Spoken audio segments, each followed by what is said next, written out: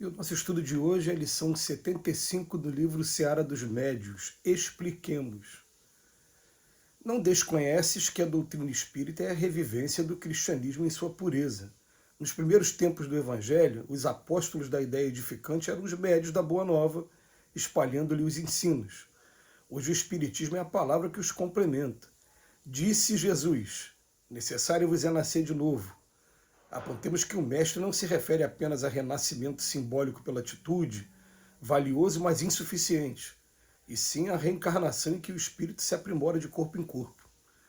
Disse Jesus, enquanto não vos tornardes quais crianças, não entrareis no reino dos céus.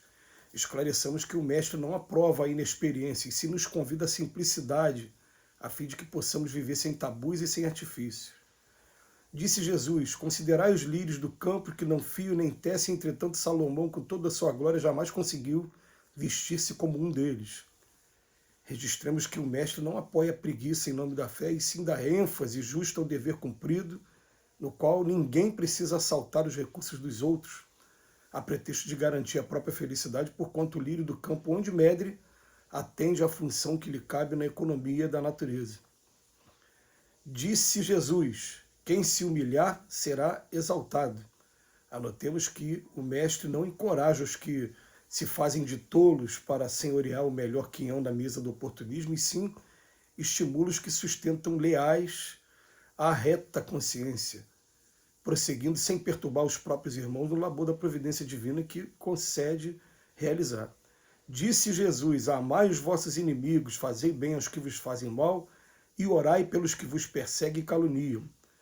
Assinalemos que o mestre não espera se transformem os discípulos em legião de louvaminheiros dos delinquentes importantes da terra, e sim nos aconselha a respeitar os adversários pela sinceridade que demonstram, dando-lhes campo de ação para que façam melhor do que nós a tarefa em que nos criticam, continuando de nossa parte na execução dos compromissos que nos competem, cultivando a paciência praticada por ele mesmo, quando ajudou aos próprios perseguidores através do exemplo silencioso, sem aplaudir-lhes a crueldade. Disse Jesus, mas aquele Consolador, o Espírito Santo que meu Pai vos enviará em meu nome, vos esclarecerá em todas as coisas e vos fará lembrar tudo quanto vos tenho dito. Mostremos que o mestre não se reporta a acontecimento cósmico em desacordo com as leis naturais, e sim a doutrina espírita pela qual os espíritos santificados na evolução voltam ao mundo aclarando as sendas da vida e reafirmando que ele próprio nos ensinou. Não faças de tua convicção incenso à idolatria. Recorda que em doutrina espírita é preciso estudar e aprender, entender e explicar. Lição linda do Emmanuel hoje.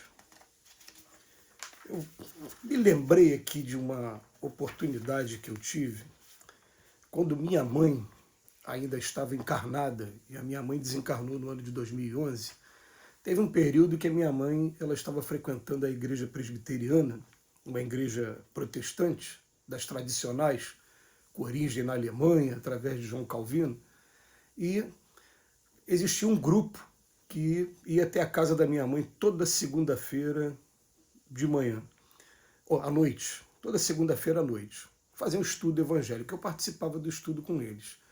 Uma vez, um companheiro fez uma crítica à reencarnação no meio do estudo, eu não me lembro nem em que circunstâncias, mas eu, no primeiro momento, eu fiquei calado porque ali a reunião era deles, não era minha como espírita. Mas teve um momento em que eu me levantei e falei, posso fazer uma observação? Quem acredita em reencarnação se baseia em Jesus. Quem não acredita em reencarnação também se baseia em Jesus.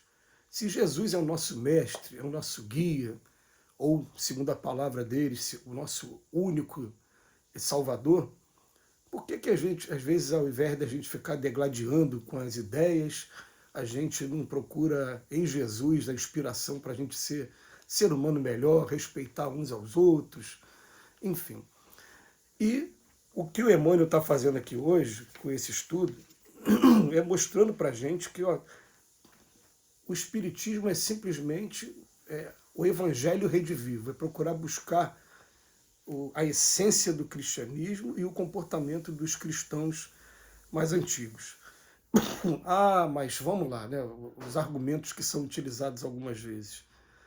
Mas o Espiritismo, quando fala da reencarnação, está em desacordo com o Evangelho de Jesus, porque ao homem foi dado viver apenas uma vez, está lá no Velho Testamento.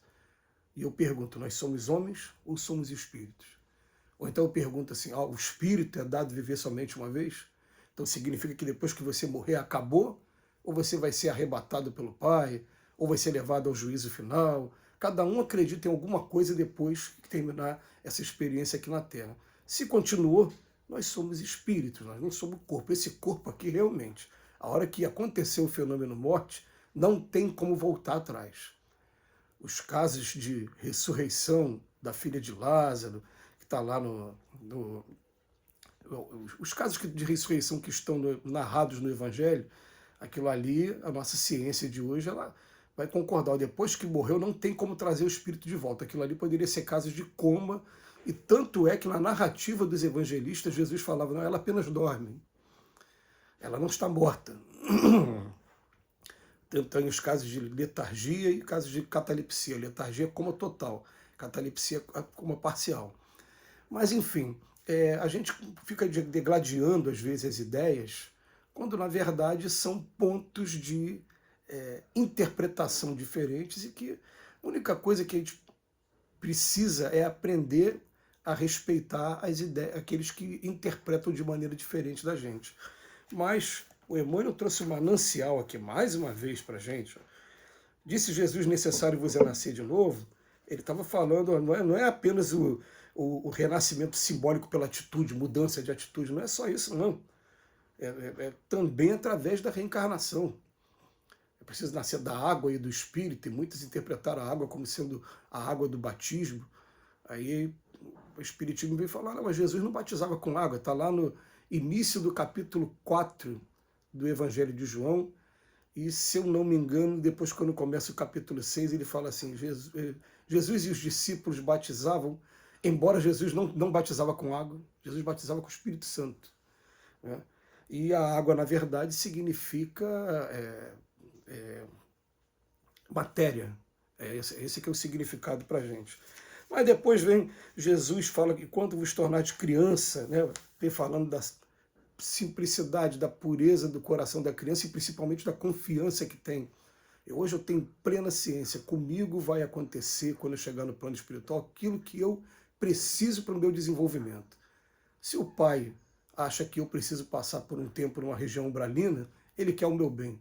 Se ele acha até que eu devo passar por uma região trevosa, ele quer o meu bem, mas eu tenho que agora, igual a criança que bota o ouvido no peito da mãe e dorme, eu vou simplesmente confiar no Pai com relação ao meu destino daqui a pouco.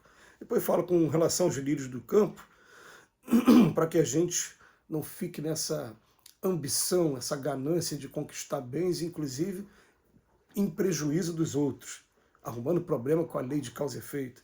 Depois eu falo, quem se humilhar será exaltado. Ele vem dizer para a gente aqui que a ideia é que a gente tenha sempre a reta consciência, vamos buscar a nossa consciência tranquila. Amai os vossos inimigos, ele fala para a gente, não é que a gente vai se transformar em legião de louva-minheiros dos delinquentes, não é isso. A questão é, vamos dar oportunidade para que eles também se desenvolvam, para que eles façam o que a gente está fazendo e que aprendam de repente a fazer a mesma coisa ou até melhor que a gente. Vamos dar as mãos, essa maravilhosa interpretação aqui do Emmanuel para a gente. E por fim, ele vem falar daquele Consolador prometido, o Espírito de verdade, que ficará com a gente até o fim dos tempos, e que o Pai, o próprio Jesus falou que foi pedir ao Pai para que isso acontecesse, e a gente vem receber essas vozes do além, nos lembrando do nosso dever e tirando o véu por trás de todo o ensinamento que há no Evangelho de Jesus. Então, a gente, é claro, respeita quem discordar, mas a gente só pede uma coisa, que a gente possa estar vivendo como irmãos, que a gente possa estar entendendo que se tem uma diversidade muito grande de religiões aqui na Terra, porque temos necessidades diferentes, todas têm a sua importância no momento certo, evolutivo daquele espírito. Que Jesus nos abençoe hoje e sempre.